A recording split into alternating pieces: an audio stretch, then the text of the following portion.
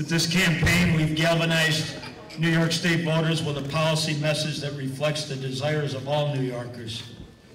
Lower taxes, less government spending, more accountability and transparency of state government, and the end of insider political dealings in Albany. Last year, with the unexpected and remarkable ascent of the Tea Party, we saw the passion of regular people spill into the streets.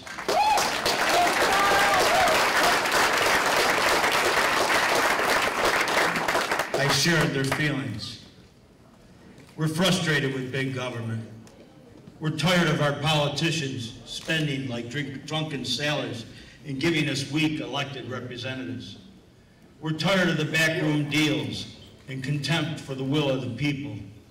We're tired of government suffocating the potential and the promise of the individual.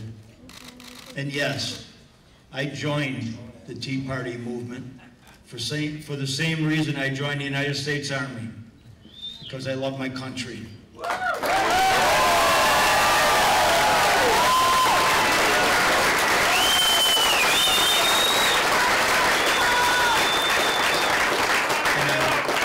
And I'm passionate about New York State and saving it. Together we opened many eyes in New York. This campaign started just down the street at the Ellicott Square building. People scoffed at us, saying we didn't have a shot at the Republican nomination. Well, surprise, surprise. We collected the petitions, something like 60,000 of them.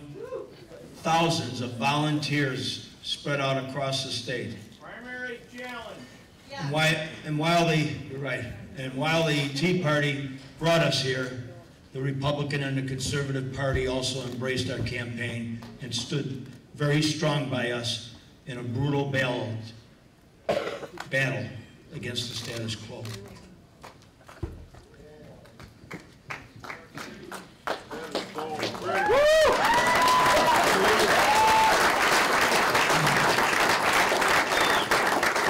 When I say brutal, I mean brutal.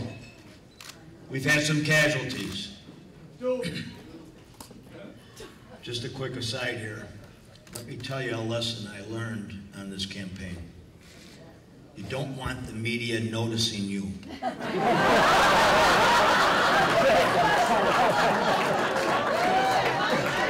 ain't pretty. And it sure ain't fair. Cancel it!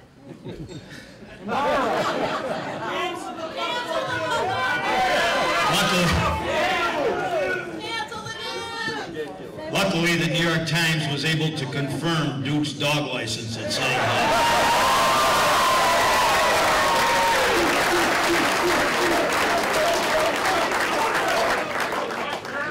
And we think Duke will recover.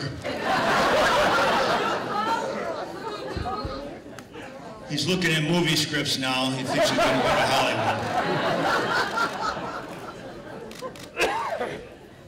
She tried to see on Halloween night, she tried to see the squirrel in the back to interview the squirrel that he's been chasing around for the last 5 years. That didn't work. We've had a lot of fun in this campaign, but make no mistake, it was hell on many people. But it's nowhere near the hell New Yorkers go through every single day in this dysfunctional state. We came to the race to cut out of control taxes. Taxpayers deserve tax cuts, and we fought for it every day. We came to the race to cut out of control spending. New Yorkers don't want to live in the most expensive state in the nation. We declared the Medicaid system broken, almost beyond repair, and we demanded cuts and reform in Medicaid. Not debilitating cuts, just cuts back to the more sane level of spending. We talked about jobs and how creating jobs requires spending cuts and tax cuts and real relief for our abused private sector. And we talked about the corruption rampant in our state. public official after public official, busted for crimes against the taxpayers. Don't forget Hevesy. People that we expected to be at a higher standard of trust. And you hit on one, Mr. Hevesy. And Andrew Cuomo gave him a walk. He's not going to.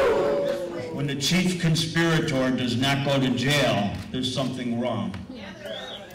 Thank you, media. They tried to call us angry, and I told them, no, we're not angry. We're frustrated taxpayers. We're passionate about taking back this state for the people. The people of New York want a government that they can trust, a government that keeps its promises, a government that will keep their best interests as their first priority. We haven't had that kind of government here in a long time. That's why we needed you, Here, Carl. here. Run again,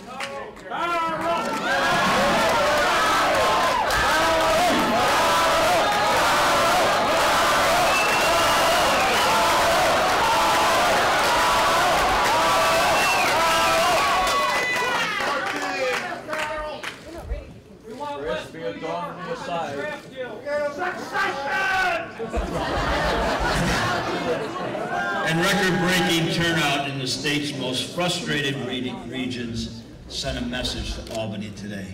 They won't We're mad as hell, and we're not going to take it anymore.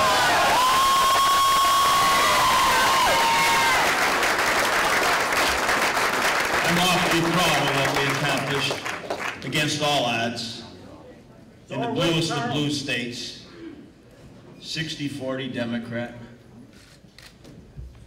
What do they know? Nothing. They outspent us 3-1 up against an opponent who spent more than $20 million on negative ads alone. All lies. The entire core of corrupt and connected Albany insiders turned every single one of their guns on us. Dirty money. They don't just try to beat us. Cancel the news! They tried to beat us into the ground and leave us for dead. Pushy media. Well, we're not afraid. We're not dead. We're very much alive. We love you, And 40+% of the people of the state of New York sent a very clear signal to Albany. We're mad as hell and we're not going to take it anymore.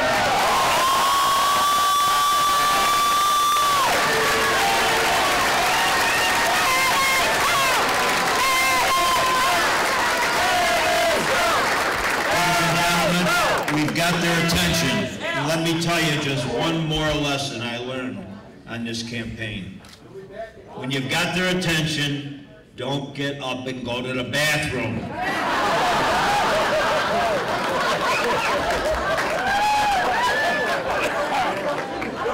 Ask yourself before you go up on stage.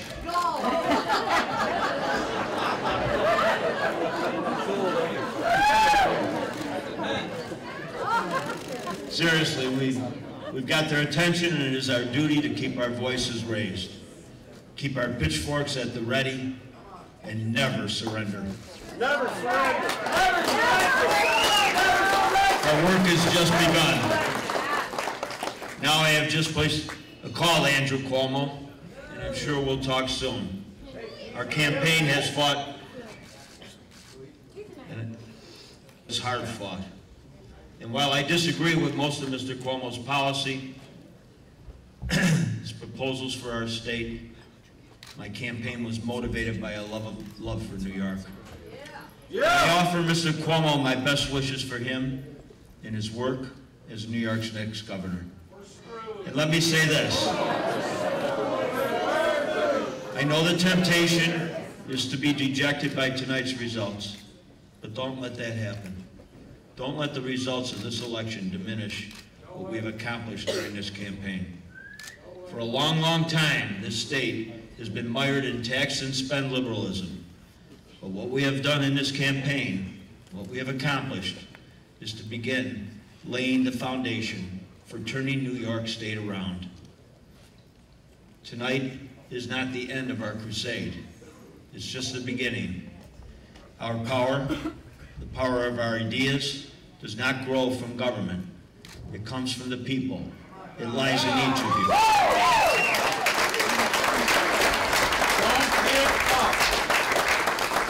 And throughout the state, we have galvanized a movement of the people that I truly believe serves as the foundation for our ultimate success.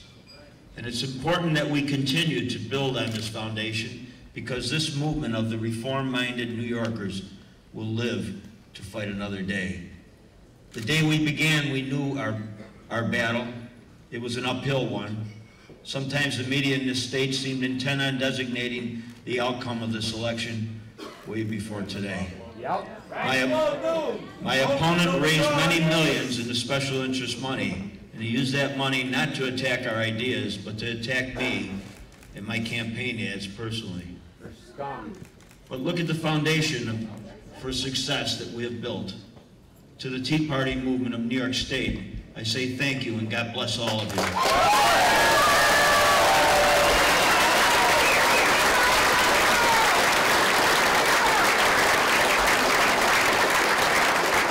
This Tea Party movement inspired my candidacy, and it is one of the most exciting and important things to happen in the history of American politics. And to those of you who helped build our taxpayer party line, thank you.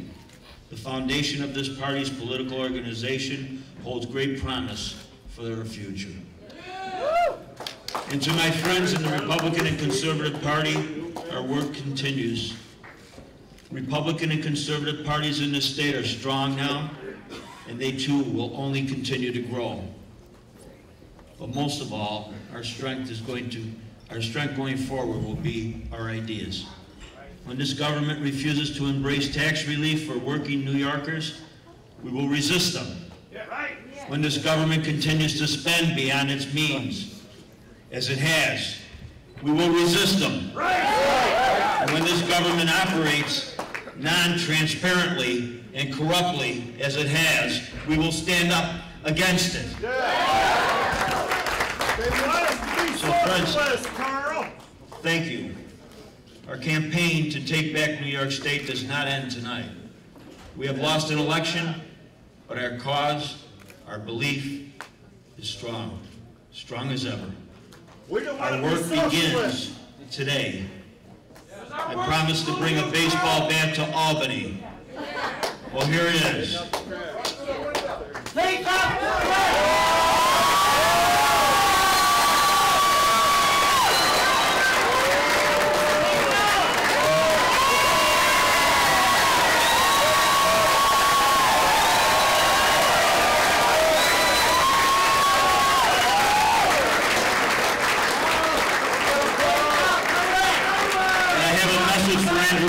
The next governor of New York.